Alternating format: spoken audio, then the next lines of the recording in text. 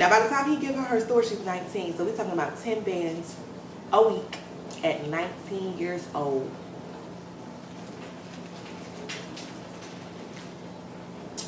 My God, today.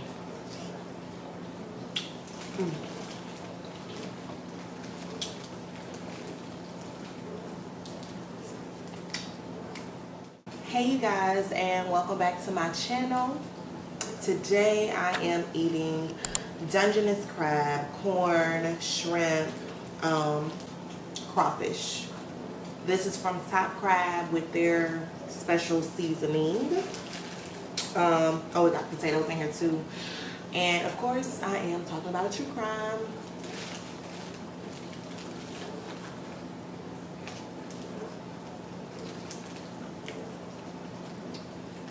Look at my Dungeness crab. So I haven't eaten Dungeness crab or a crawfish on here. Don't hold me for the way I eat my crawfish because I am not a professional. Alright, so let's get into it. So today's true crime is about a girl who she grew up in her home with her sister, both parents.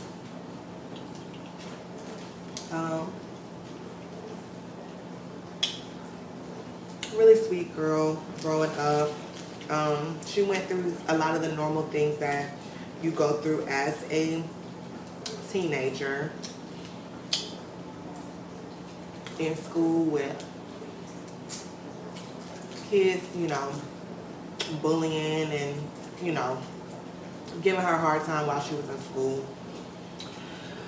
When she would come home to try to talk to her mom wasn't as supportive as you would hope your parent, you know, your mother would be when you're going through stuff like that in school. So she would go to her dad. You know, that was her go-to, daddy's girl, okay? But her parents decided to get a divorce. And when her parents got a divorce, of course that changed their relationship, because you're going from being in your home with both parents to having to go to a whole separate household to, you know, spend time with the other parent or whatever. So she did end up turning to her aunt a lot as her confidant.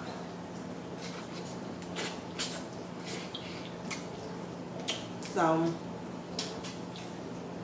one day, she was like 16 at this point. So she does have a brother, because she went to the barbershop with her brother, and the barber must have been it for her, baby, because she was like, yo, put me on with your barber or whatever. And her brother did. And from there, they just hit it off. Like, he treated her special. He gave her that attention that she was missing, you know, at home.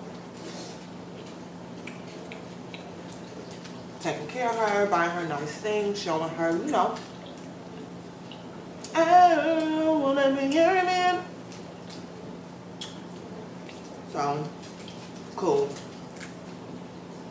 So at the age of 17, she decides with him that they want to have a child.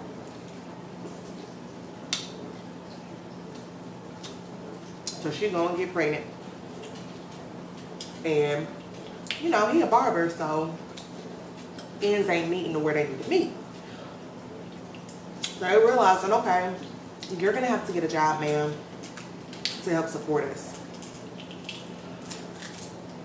So she ends up getting, well, one of her man's friends puts her on with the job at the dollar store.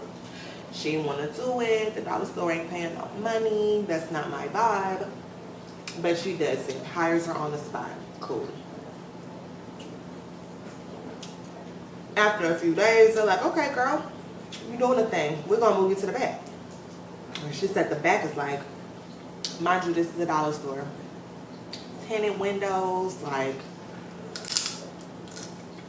It looked like a security room type of vibe. And so she's like, okay, well, what are we doing back here? And her manager's like, we're going to be placing bets. She's like, what is that? So basically, he is running an illegal gambling ring. With her being 17, I'm pretty sure she didn't really know much about that. But she's like, okay, cool. If this is my job, this is my job. So while she's doing it, she bringing home tips like nobody's business. So she's bringing home, she said, like between 200 and 1,000 a day.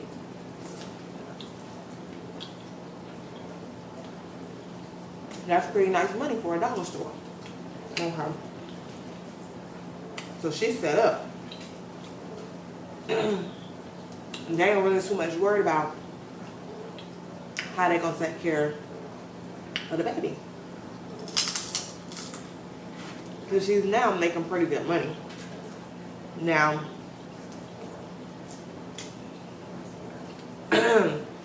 she's placing anywhere between, I think it was like, she would see 100 people in and out who were just coming in to place their bets with her or whatever. Okay. So, she in there and she just killing it, okay? So, her manager's like, I'm just gonna give you your own store. Now, mind you, 17 years old, she didn't realize how big it was. So he is international. He has multiple locations where he does this. And not only are people betting, so they tipping who, you know, the person who's taking the money for the bet. And then they also have to pay a percentage to his business for him to even put the bet in. Okay? So they're making bank. And he, again, has multiple locations. Okay. So he, yeah, I want you to go run my other store. Cool. So she goes. This store, now that she is her store, she's making even more money. She said she was bringing home, I want to say like 10 bands a week when she was running her own store.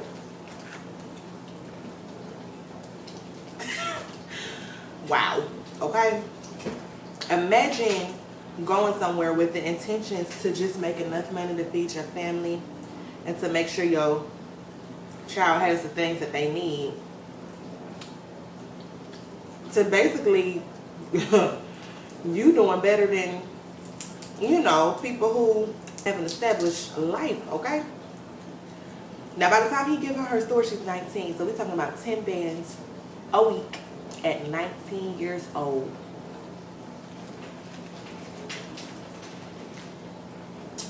My God, today.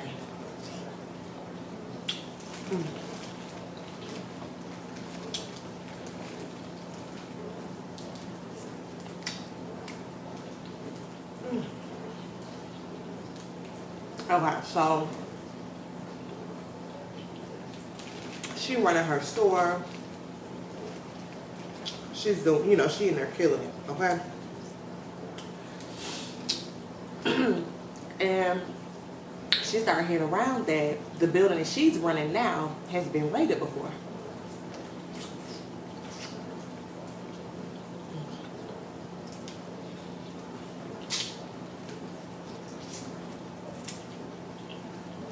She like, he not gonna give me no store that's been raided. So she go down, you know, boss man, what happened? You should have set me up in here. He's like, yeah, the store has gotten raided before, but I changed all the names on the businesses, so you're straight. She's 19.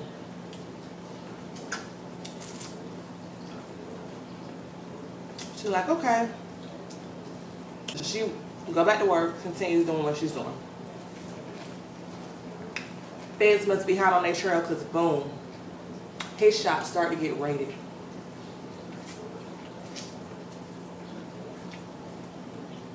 Again, when she sees the stores getting raided, she leave. She go home because the stores are in a distance, she said, to where she can see the police across the street at the other location. So she was like, I'm not stopping, I'm going home.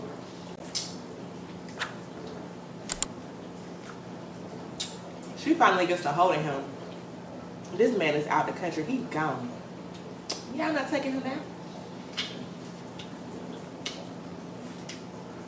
That man making millions. He knew they was coming before they knew they was coming. Okay. Police said they on the way. He already knew. So he gone. So she's like, you know, I'm not going back in there for them to come get me. I don't know if they know where I live. I don't know if they know my name or what. So he like, okay. You can take a little break. We'll see how things do. Once they die down, you can go back to it.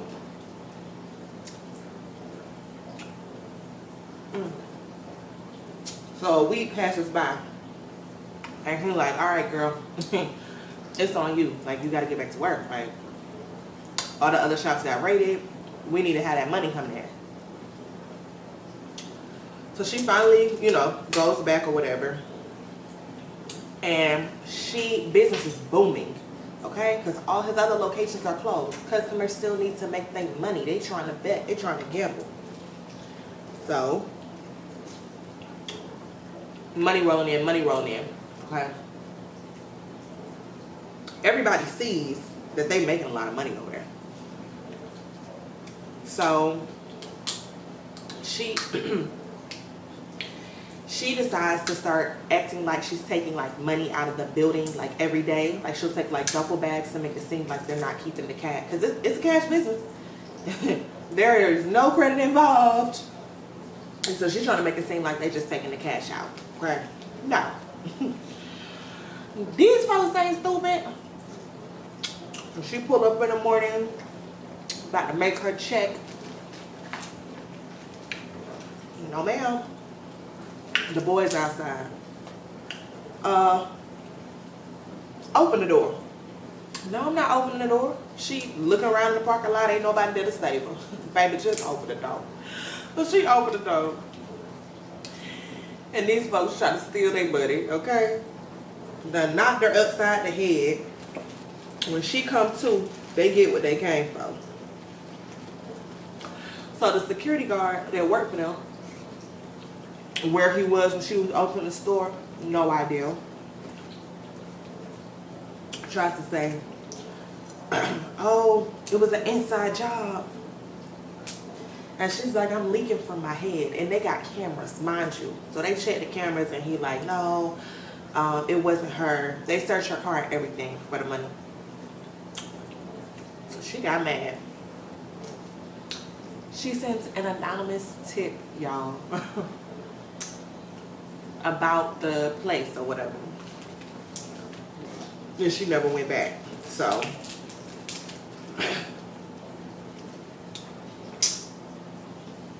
she said, I need a stable job so I can support my family. I'm gonna be a cop. Okay. She goes through everything she needs to go through to get certified, you know, the schooling, whatever she needs to do. And she is, like, you know, she's at the end. She goes up there to take her pictures and do all that, you know, the stuff, whatever you have to do at that phase. Why they run this girl ID and her name come back to that illegal gambling ring? So she's like, what? And they're like, we got signatures here showing that you were the owner of this business that was running this illegal front. That your dumb behind gonna put the anonymous tip out. Child. So she get locked up.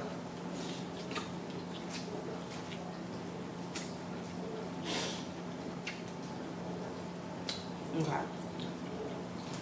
While she's locked up, she has someone good enough to looking into the fact that that business is in her name. Yes, she was running a store, but like as a manager, that don't make the store, yours. And if it was, she should have been taking home a whole lot more money for that gambling ring. But anyway, so they figured out that those were not her signatures on the documents. They were forged. They had a lot of witnesses to say that she was just working there. There was somebody else that owned the business. Even workers came forward to help her or whatever. So she didn't get, are we wrong? She either got a year or probation, something like that. And they told her she would have to testify against the big boss.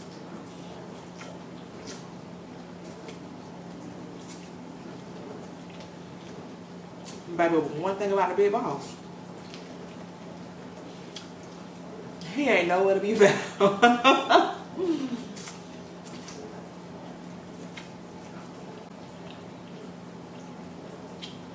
So this man is gone. I said once he fled, that was it. So I'm pretty sure he's opened his businesses up elsewhere.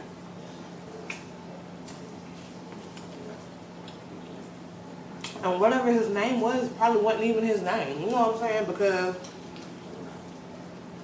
when you're doing stuff like that,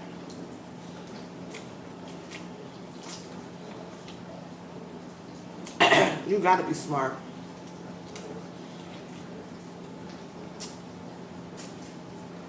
And she was saying how she didn't have to sign no paperwork for no W-2s and stuff like that. Ain't no way this man was using his real name.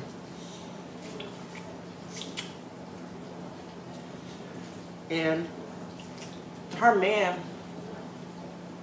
he hadn't even known that they was doing the illegal gambling and stuff out the dollar store. I guess he would have never told her to apply there. Which makes me wonder, did your homeboy know? Who was he talking to that put y'all on? You know what I'm saying? Because that's a whole lot.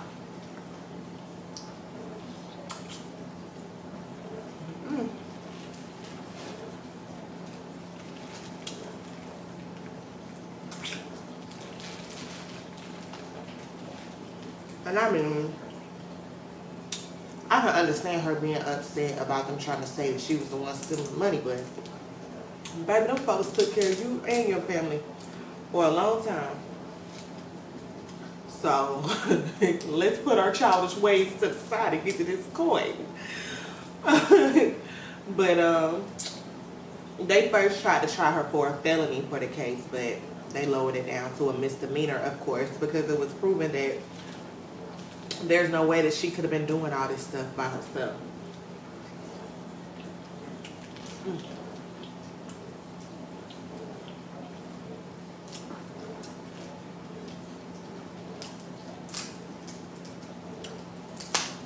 Ooh, I am. Ooh.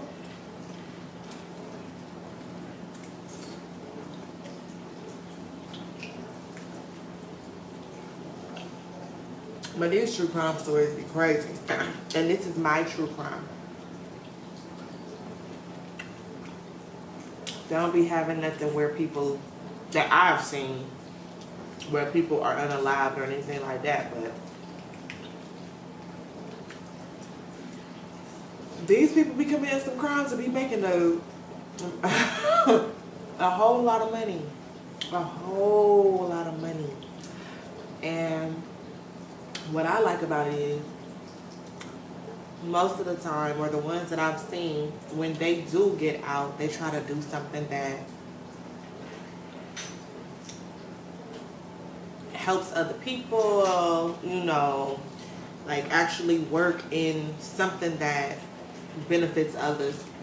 Like they learn from their mistakes. That's what I like about it. All right, y'all. Don't forget to like, comment, subscribe. Anything y'all want to talk about, let me know. Any other crime story ideas or true crimes that y'all watch and y'all thought were good, let me know. Bye.